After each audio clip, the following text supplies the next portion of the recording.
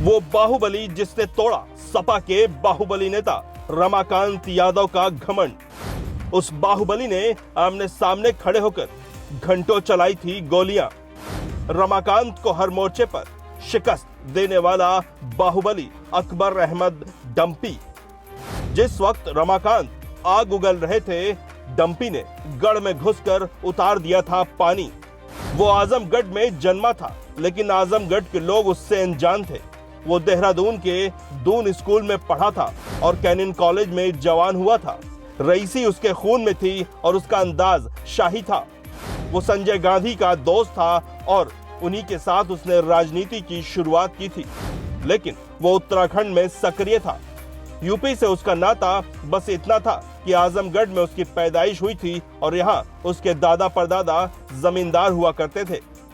आजमगढ़ में उन दिनों रमाकांत यादव की सल्तनत थी। वो आजमगढ़ के सांसद थे और यहाँ उनका सिक्का चलता था। कोई भी उनके सामने खड़ा होने की हिम्मत नहीं करता था।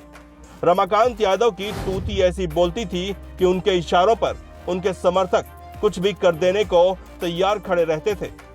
वो सपा के कद्दावर नेता बन चुके थे। आजमगढ़ में जहां सपा के पास रमाकांत का कोई विकल्प नहीं था, तो वहीं दूसरे राजनीतिक दलों के पास रमाकांत यादव की कोई काट नहीं थी। तब मायावती ने लॉन्च किया उस नेता को जिसके कद से दब गए थे रमाकांत यादव।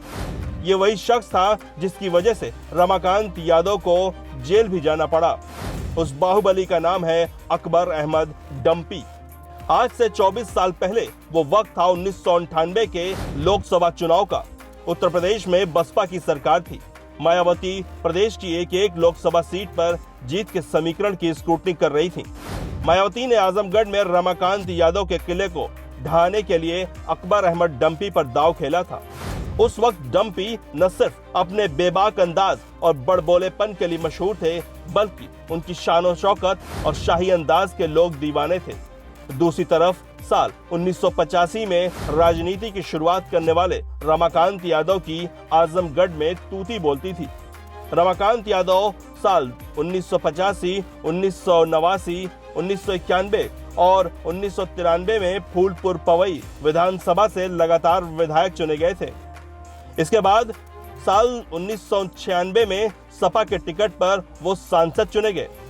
1998 के लोकसभा चुनाव में बसपा ने मुस्लिम कार्ड खेला और संजय गांधी के करीबी बाहुबली अकबर अहमद डंपी को मैदान में उतारा। वहीं सपा ने फिर से बाहुबली रमाकांत पर दांव लगाया। ये वो चुनाव था जो आजमगढ़ का अब तक का सबसे चर्चित चुनाव रहा। लेकिन क्यों? आजमगढ़ से तो सपा सुप्रीमो मुलायम सिंह यादव भी चुनाव लड़े और पूर्व सीएम अखिलेश यादव ने भी अपनी किस्मत आजमाई।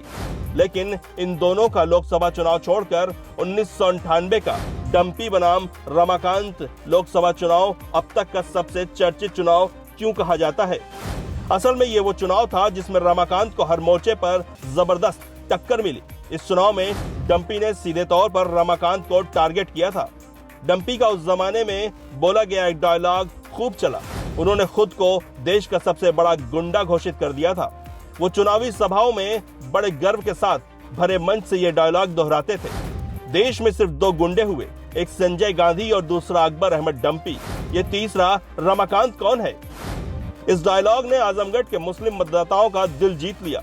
इस दौरान डंपी खुले मंच से बाहुबली रमाकांत के बारे में अपशब्दों का भी इस्तेमाल करते रहे। उस जमाने में ऐसा कोई नेता नहीं था जो रमाकांत यादव से सीधी टक्कर ले सकता था। उनके बारे में अपशब्द कहना तो दूर, लोग रमाकांत यादव के सामने ऊंची आवाज में बोलने से भी कतराते थे। दोनों के बीच तलखी लगातार बढ़ रही थी। रमाकांत पर व्यक्तिगत वार पर वार से यादव गुट बौखलाहट में था और आखिरकार दोनों एक दिन आमने सामने आ गए। वो दिन 17 फरवरी 1998 का था। चुनावी कार्यक्रमों के दौरान रमाकांत यादव और डंपी आजमगढ़ में अंबारी चौक पर आमने सामने हुए तो दोनों तरफ से असलहे निकल गए। जिन लोगों ने डंपी को अब तक सिर्फ लंबी लंबी हाँकते सुना था, उन लोगों ने डंपी को उस दिन फायरिंग करते देखा। दोनों के बीच जमकर हवाई फायरिंग हुई। फायरिंग की सूचना के काफी देर बाद पुलिस पहुंची, लेकिन फायरिंग तब भी नहीं रुकी। बाद में पुलिस बल के पहुंचने के बाद अधिकारियों की दखलंदाजी से फायरिंग रुकी। दोनों के बीच चुनाव के दौरान हुई फायरिंग के मामले में फूलपुर कोतवाली में रमाकांत यादव, उनके भाई उमाकांत यादव, बाहुबली झिंकू सिंह और अकबर अहमद डंपी सहित 79 लोगों के खिलाफ मुकदमा दर्ज कराया गया था। लेकिन इस फायरिंग वाली घटना से डंपी को सीधा फायदा पहुंचा। आजमगढ़ में रमाकांत विरोधियों को अब यकीन हो चला था कि रमाकांत के खिलाफ खड़ा होने वाला उनका नया मसीहा अकबर अहमद डंपी ही है।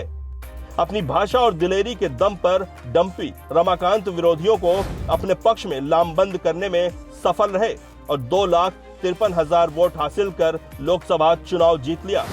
उस चुनाव में रमाकांत यादव को 2,48,000 वोट मिले।